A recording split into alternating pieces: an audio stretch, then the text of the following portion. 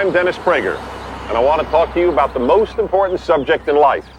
Without it, life becomes miserable, sometimes even impossible. It enables us to love, it enables us to enjoy life. It, more than anything else, makes life worth living. What is it? Goodness. How we treat others and how others treat us. About 30 years ago, I made a wonderful video called For Goodness Sake with some of the biggest names in Hollywood. And it's about goodness. And we went into the street and we asked random people, are you a good person? I consider myself to be a pretty good person. Yeah, I'm a good person. Yeah, I'm a good person. Of course I'm a good person. And everybody said yes.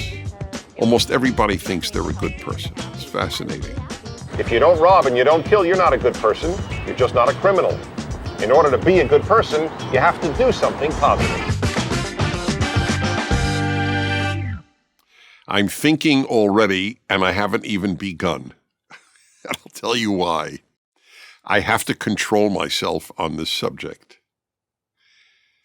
There is probably no subject that I speak on wherein I so don't respect the other point of view. I'm sorry. If you have the other point of view, doesn't mean I don't respect you. You might be a wonderful human being. But it is so obvious to me what I am about to say that I should really spend a good part of this talk trying to explain why people hold what is patently wrong on this subject. The subject is human nature basically good? It is so obvious that the answer is no, that one has to ask, how do people believe otherwise?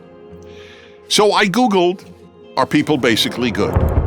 This is on the front page of the results on Google with the search, are people basically good? Scientific American.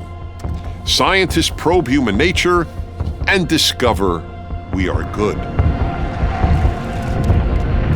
CNN, breaking news alert. People are inherently good and nonviolent. Really? People are inherently good and nonviolent. Psychology Today. Are humans naturally good or intrinsically evil? No one can ignore evidence of actual evil in the world, but that does not compel us to see human beings as naturally depraved. BBC reports, are we naturally good or bad? Ingenious experiments, they must have been ingenious, I'll say that, carried out at Yale University, looked at babies' minds. Their results suggest that even the youngest humans have a sense of right and wrong, and furthermore, an instinct to prefer good over evil. To prefer good over evil means that you have to be aware of both, and you have to be tempted toward the evil in order for the good to prevail. How do you do that with a baby? So if babies are so good, how come so many turn out so rotten? So you'll say environment, but that's ridiculous. Who made them rotten? And who made them rotten until you go back to the first baby? Somebody chose to be rotten at some point. The idea that babies are bad is stupid. The idea that babies are naturally good is stupid. But as Orwell said, some things are so stupid, only an intellectual can believe it. But let me make it clear at the outset. I have never said, nor do I believe, that human nature is essentially evil. I don't think we're innately evil, but we're certainly not innately good. Now, this doesn't mean that people are basically bad. We are born with real potential to do good. If people were basically evil, then it would be absurd to appeal to goodness, right? There is too much good in the world that if we were really basically evil, why would we engage? Why would people engage in such good? But of course, the opposite is equally true. If we're basically good, how do you explain all the terrible things that people have done?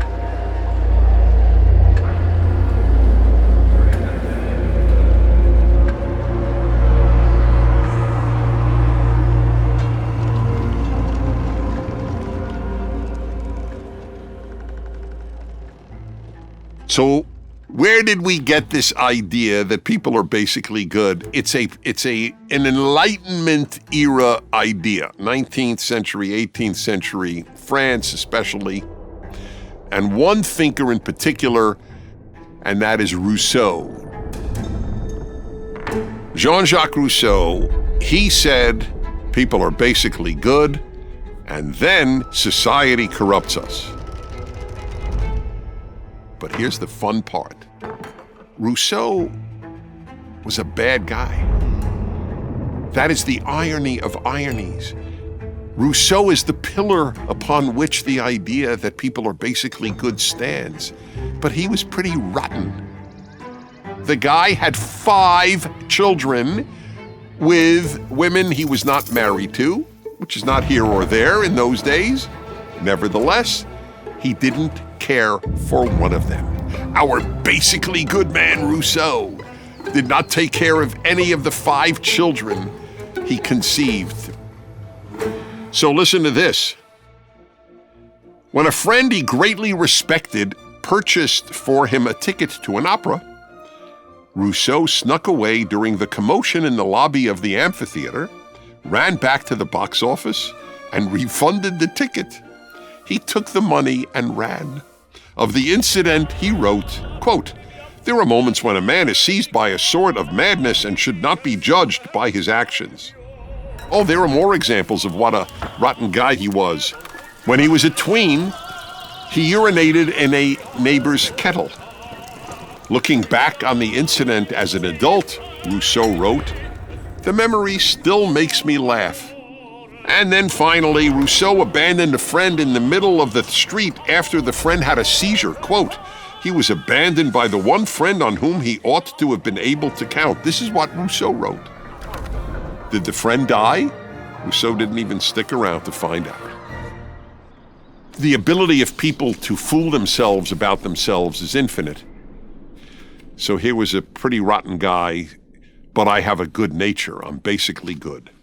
So are people basically good? The evidence is so overwhelming, given the amount of cruelty in history. You name the evil, and I'll just show you how ubiquitous, how common it is. Slavery, for example. Every civilization of which we are aware had slavery. We talk about it in terms of Europeans enslaving Africans.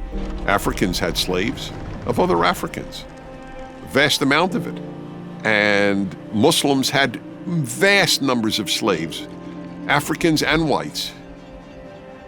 In China, in Asia, Central America, and everywhere. Owning other people was the norm. It was the norm in Greece, where you have some of the greatest thinkers about the human situation who ever lived. They didn't have a moral problem with slavery. This is built into people. I own you. If I'm stronger than you, I own you. And what about the gladiator games? People attended the gladiator games to sit in Rome in the great Colosseum and watch people tortured to death, eaten alive by animals, women raped by hyenas, people burned alive, gladiators fighting one another to the death, and people cheering themselves, going crazy and loving it. Well, what were these people? Basically good people who somehow figured out a way of undoing their nature? Now you'll say, well, that's ancient history. So what? It's still human nature. Human nature is human nature. Times change, cultures change, hopefully sometimes improve, but human nature doesn't change. And of course, in just the 20th century, the bloodiest century in recorded history, just communists alone butchered 100 million people, non-combatants. And Hitler, and the Nazis, the Germans, and their Holocaust. 6 million Jews, men, women, babies. And what about the medical experiments that Nazi doctors performed on Jews and others in the concentration camps? Medical experiments on people without an anesthetic. What about the comfort women in Korea? The mass, every day, the mass number of rapes by Japanese soldiers of Korean women who were captured when the Japanese captured Korea. Perhaps my most effective example, though, is not even vis-a-vis human beings, treatment of human beings, but actually treatment of animals. Because you could argue with human beings, well, you know, people stuff is complex. But with animals, it's just pure sadism. Let me give you a couple of examples. In a book titled The Enlightenment by Richie Robertson, what we would consider appalling cruelty to animals was commonplace. Cats were burned alive at festivals to entertain the public with their wailing. The atheist priest Jean Meslier reports with horror how peasants attach live cats to the top of an upright pole and light a fire at its base, quote, to have the pleasure of seeing the violent movements and hearing the frightful cries that these poor unfortunate beasts are forced to make because of the savagery of the tortures. So how do you explain that? Watching animals suffer, bringing you pleasure? How do you explain that if we're basically good? These are not aberrations, these stories. In Saxony in Germany, a favorite amusement was fox tossing, in which a fox was tossed in a blanket until it died. Usually in the palace courtyard with the prince, ladies and gentlemen looking on. How's this one I picked up? Goose pulling. This was in practice all over Europe and came to North America, 17th to 19th centuries. The sport involved fastening a live goose with a well-greased head so your hand would slip to a rope or pole that was stretched across a road. A man riding on a horseback at full gallop would attempt to grab the bird by the neck in order to pull the head off. Look, all I could do was go on and on and on and on and on. There is good in human beings. If we didn't see reality, we wouldn't see the good that exists too. But the bad is so ubiquitous that to believe that we're basically good, okay, that doesn't make sense. So here's the question: why do people believe what is patently false? People who believe that people are basically good want to believe it. Because if people aren't basically good, whoa, that means we blame people for evil. That means we blame ourselves. And people don't like blaming themselves for the wrong they do. In other words, in a nutshell, people believe what they want to believe. And they want to believe that people are basically good.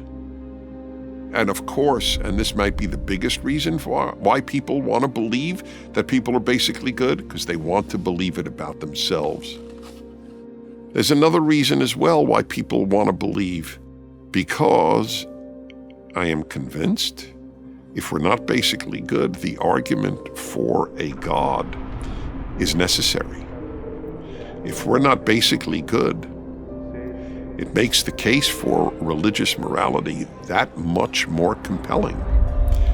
Yeah, you're not basically good, so here are 10 commandments to make you a better person. And they come from God, at least according to those who believe it. That's a big deal. But if we're basically good, we don't need a God. And we live in a radically secular age, and people don't want to believe that we need a God.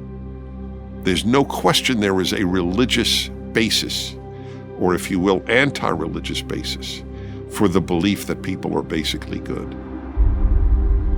The most famous figure of the French Enlightenment, Voltaire, was a very well-known atheist. But he said the following, for which he is fairly famous. Quote, "I want my lawyer, tailor, valets, even my wife, to believe in God. I think that if they do, I shall be robbed less and cheated less." As I have often pointed out, for those who think God is unnecessary for morality, I always ask them a question. I've asked this for dozens of years. Imagine you have rented a car and you're in a city that you're completely unfamiliar with, and your car breaks down, and it's midnight, and you see 10 men walking toward you. Would you or would you not be relieved to know that they had just attended a Bible class? Voltaire was right. He wanted the people in his life to believe that there was a God who judged them and a God who gave them commandments on how to be a better human being. You know, the most famous line from the Bible is probably love your neighbor as yourself, but nobody quotes the end of the verse. Leviticus 19:18. Love your neighbor as yourself. I am God. I'm God telling you to love your neighbor as yourself. That's a lot more effective than you're telling yourself, love your neighbor as yourself.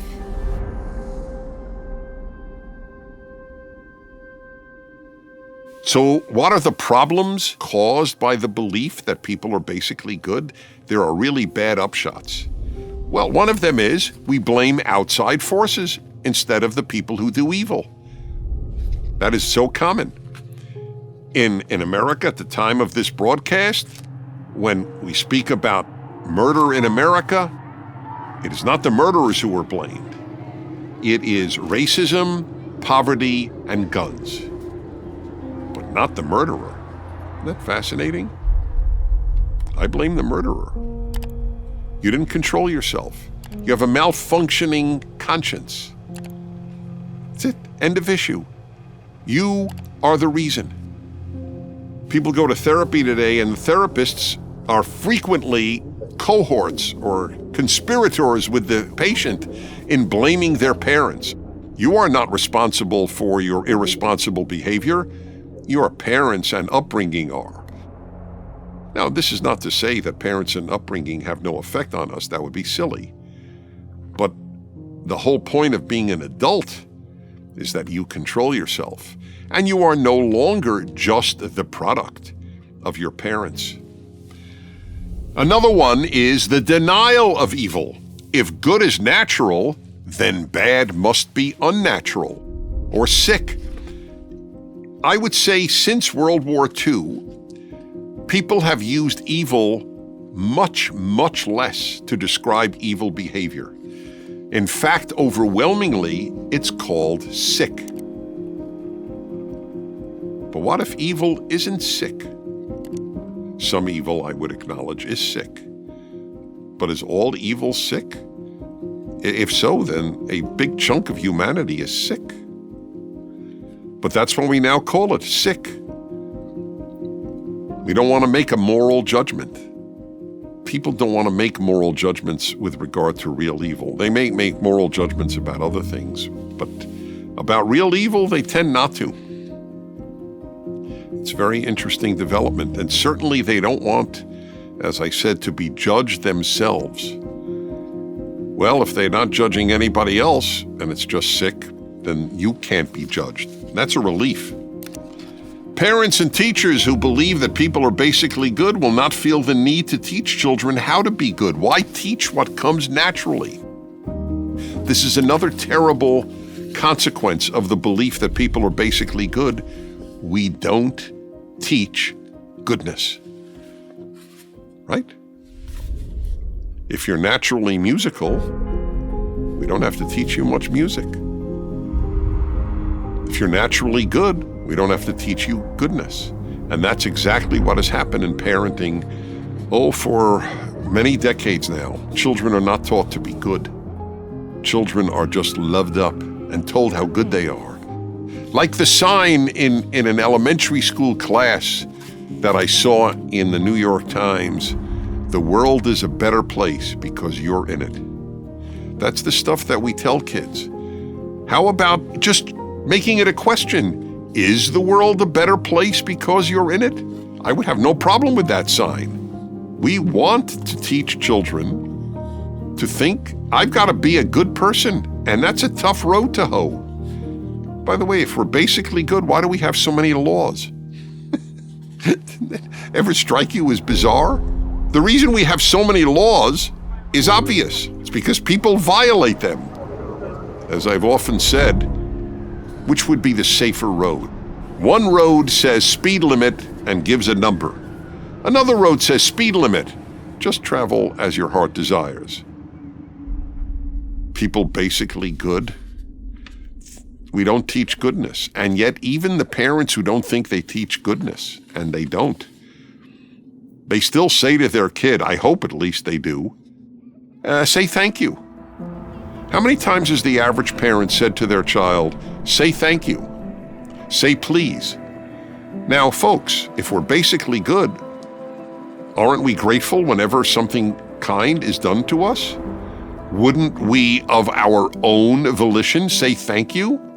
Why do you have to tell a child literally thousands of times, say thank you? Because gratitude, believe it or not, isn't natural. That's right, you even have to be taught this most basic human sentiment, gratitude. So, parents and teachers don't teach kids how to be good. They teach them how to fight society, bigotry, intolerance, capitalism, racism, inequality, and the whole list of alleged evils of the society in which they live.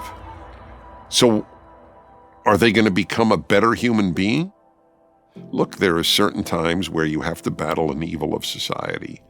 But sometimes the bigger problems are inside of you, not outside of you. Selfishness, greed, cowardice, conformity, laziness. You don't have to battle any of those traits in yourself. You are naturally altruistic, naturally industrious, naturally kind, naturally courageous. Human nature is not courageous. Courage, except for a very tiny number of people, needs to be cultivated. All of these things need to be cultivated. That is my point. Another terrible consequence is, therefore, people don't battle all these awful parts of their nature. Who doesn't have that list? And you could probably fill in a lot more. My dad used to tell me all the time how lazy I was. He was right. As it happens, he was right. And it's a good thing he told me, because I've spent my life battling laziness. I've done it fairly successfully. I still love playing more than working, but I work a lot. I've produced a lot, I think. And had I not known that I had to battle laziness, I'd have stayed lazy. How do you know how to be better if you don't know what to battle? But if you think you're basically good, there's nothing to battle, so you won't get good. This is such an elementary point about life. Why isn't it obvious to everybody? We who were raised in traditional religious homes and schools know we have to work on being a good person. It isn't easy. It's as tough to be a good person as to be a good pianist. And how much time do you have to spend practicing piano to be a good pianist? Well, that's how much time you have to spend practicing being a good person. It doesn't come naturally. Maybe in a handful of people it comes naturally, just like it comes naturally in a handful of people to be a good pianist. But 99% of us have to study piano, and 99% of us have to study goodness.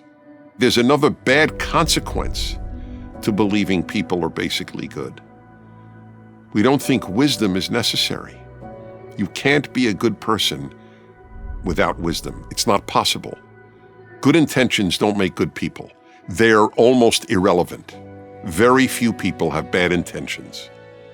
When people believed that people were not basically good, they devoted their lives, and certainly children's lives, to teaching wisdom, learning wisdom. Wisdom is how to navigate life. It is how to pursue character, how to be a better human being. How many parents raise their children to be good human beings?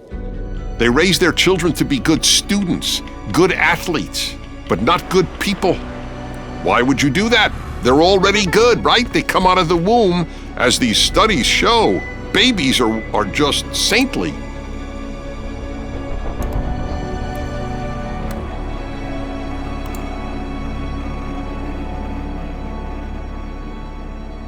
So how many kids are taught to battle their natures and be a better human being? And how many are given wisdom? We live in the age of non-wisdom and of anti-wisdom. The consequences are awful. I'd also like to thank Dennis Prager, who's here tonight, for participating in this evening's debate. I debated a rabbi in Los Angeles who wrote an article that people are basically good, and it so disturbed me that an Orthodox rabbi would write such an article. And on this particular topic, I think Dennis is totally and completely wrong. When the religious start believing nonsense that the secular believe, we're in trouble. I remember one of the examples he gave that to prove that people are basically good is during the Russian invasion of Ukraine, he went there to his great credit. I salute him for doing so. And he was at the Polish border. And he met a Pole who had just left everything and gone to help Ukrainians. He said, "I'm here to help the refugees." I said, "Why?" He said, because there's people in need. "When did you arrive?" He said, "The war started on the 24th of February. I was here on the 26th. And that was his example of, see, people are basically good. I don't exactly understand. It's like saying, look at Beethoven, people are basically musical. That a handful of people will do something exemplary doesn't mean that the human species is basically good. And here's another sobering thought. Do you even know how good you are or anybody else is until you're tested? I have watched you for hours. I asked a truly great man, in my opinion, Jordan Peterson. I asked him a question. Do you think that we really know a person's character until they're tested? And he said no. He didn't even have to think about it. And that's a very sobering thought. Most people are tested. Some are really big tests, some are smaller tests, but most people are tested. I'll give you an almost everyday example. During a divorce, how do you treat your ex-spouse? Morally or unethically? That's a test. A friend of mine is going through a divorce. He was married about 25 years. And I knew his wife, a truly sweet woman. I always enjoyed being with her. And he said to me, you know, the worst part about what's going on now in the divorce battle is not the battle, is not the money. He's been successful monetarily. It's that I now think I didn't know my wife for 25 years. Because she was never tested. You got to work on your character. It's like you got to work out to have a fit body. You've got to work out your character. But again, you don't have to do any of these things if you're basically good. The belief is nonsense, and the consequences are awful. The most important question society can ever ask is, how do we make good people? It's the single most important question. But you'll never ask it if you think we start out good.